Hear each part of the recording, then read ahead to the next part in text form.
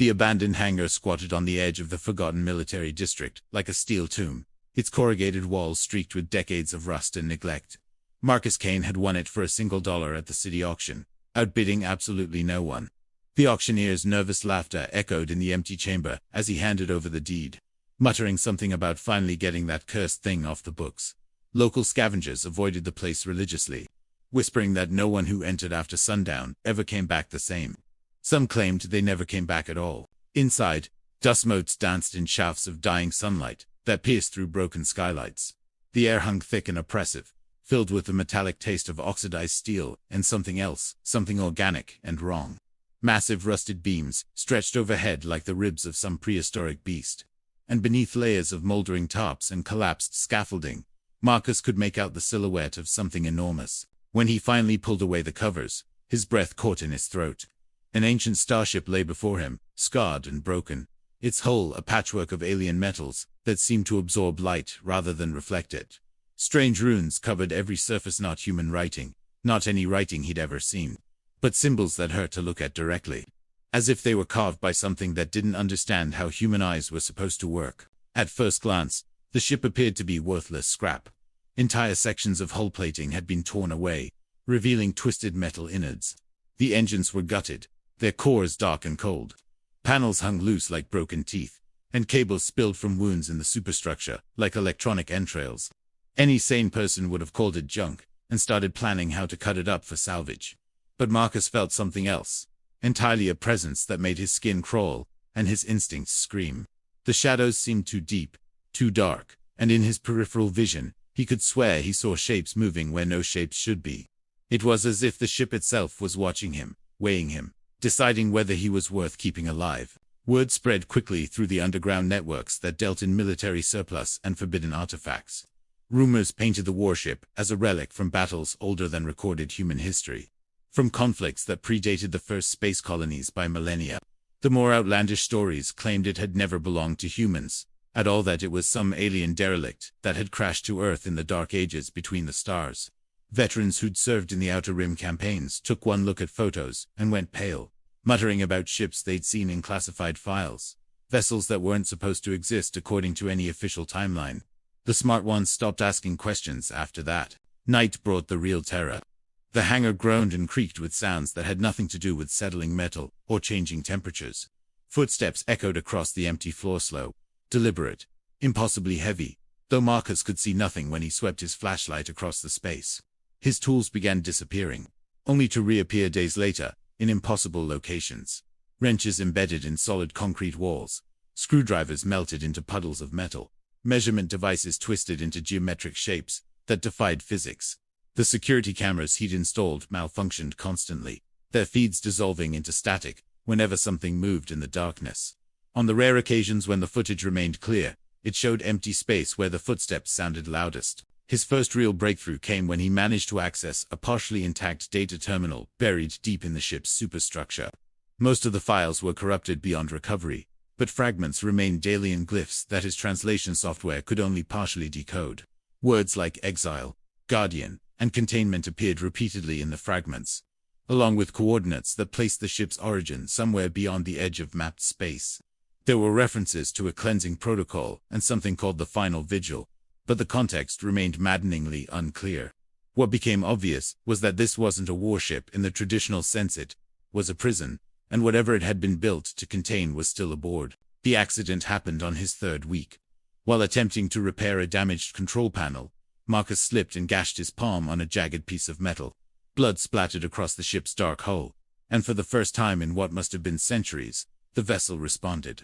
Lights flickered to life along its length, not the warm glow of human technology, but cold, blue radiance that made his shadow dance in unnatural ways. Deep within the ship's bowels, systems began to hum with malevolent purpose. The temperature dropped 10 degrees in as many seconds, and Marcus's breath came out in visible puffs as something ancient and terrible began to wake from its long slumber. A voice spoke from the darkness, called mechanical, utterly without mercy. Unauthorized lifeform detected. Guardian protocol initiated. Scanning for genetic markers. The hangar doors slammed shut with a sound like thunder, sealing Marcus inside with whatever was stirring in the ship's depths. Emergency lighting bathed everything in hellish red, and from the shadows emerged something that defied description. It stood nearly 10 feet tall, a nightmarish fusion of bone and steel, with burning eyes that cut through the darkness like searchlights. Its movements were fluid and predatory, each step calculated with inhuman precision as it advanced on the terrified mechanic who had dared to wake it from its eternal watch. The Guardian moved with impossible speed, closing the distance between them in heartbeats. Marcus pressed himself against the hangar wall, certain he was about to die, but the creature stopped just short of striking range. Its burning gaze swept over him methodically, some kind of internal scanner analyzing his genetic structure down to the molecular level. When it spoke again, there was something like surprise in its synthetic voice. Genetic signature detected. Partial match confirmed. Bloodline analysis. ... Compatible. Instead of the swift death he'd expected, Marcus found himself face to face with a killing machine that seemed almost ... confused. Terror gave way to horrified understanding as Marcus realized the Guardian wasn't simply protecting the ship, it was testing anyone who approached, screening them for some genetic marker that had been programmed into its protocols eons ago. And somehow, impossibly, his DNA contained whatever it was looking for. The creature stepped back, its posture shifting from aggressive to something that might have been respectful in a different context. But the killing wasn't over. City officials who had sold him the hangar began disappearing one by one, their offices found torn apart, walls marked with claw marks that scored through concrete and steel.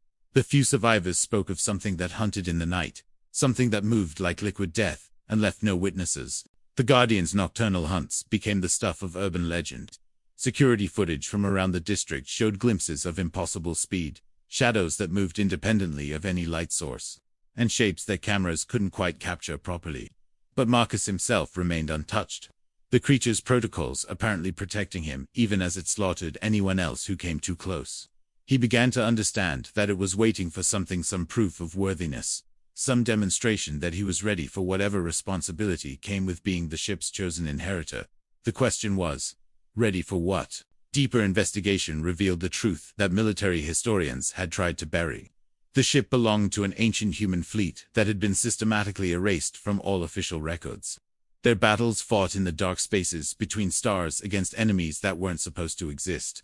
The Guardians had been designed as the ultimate screening protocol, ensuring that only those with the genetic markers of the original crew could ever reactivate the vessel.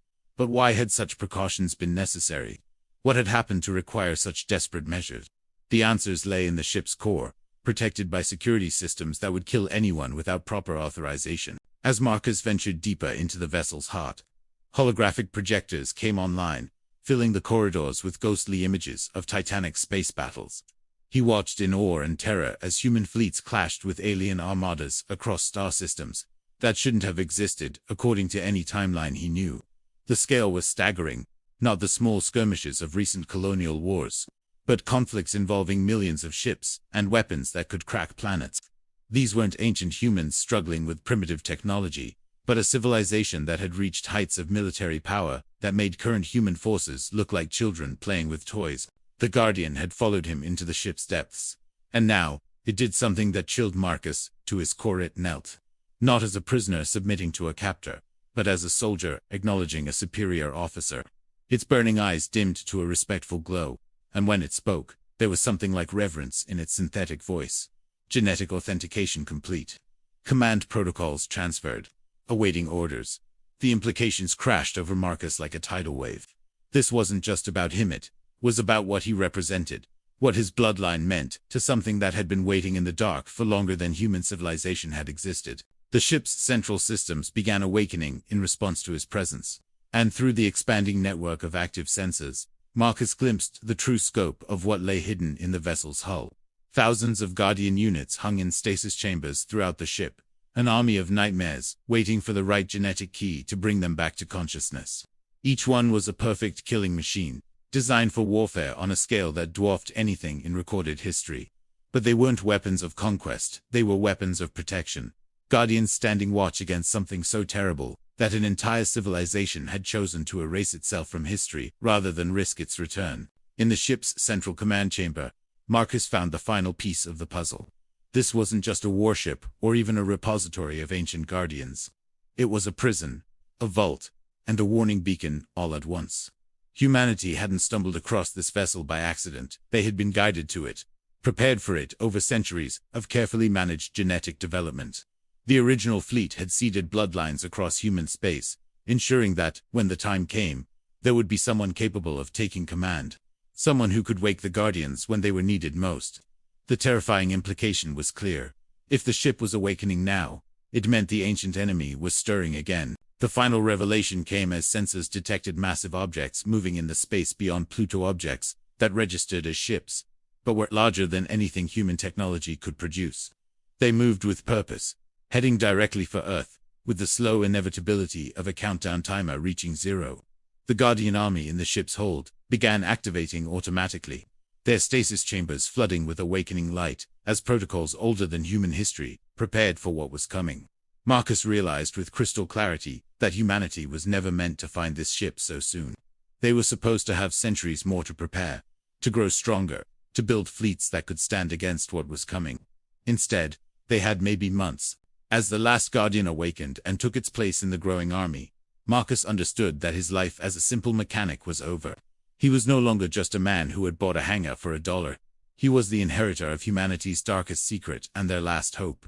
Against an enemy that had once required the sacrifice of an entire galactic civilization to contain. The ship's weapons systems began powering up, drawing energy from sources that shouldn't have existed, and in the depths of space, something that had waited for millennia in the cold between stars finally began its journey home. The real war was about to begin, and humanity had no idea what was coming for them.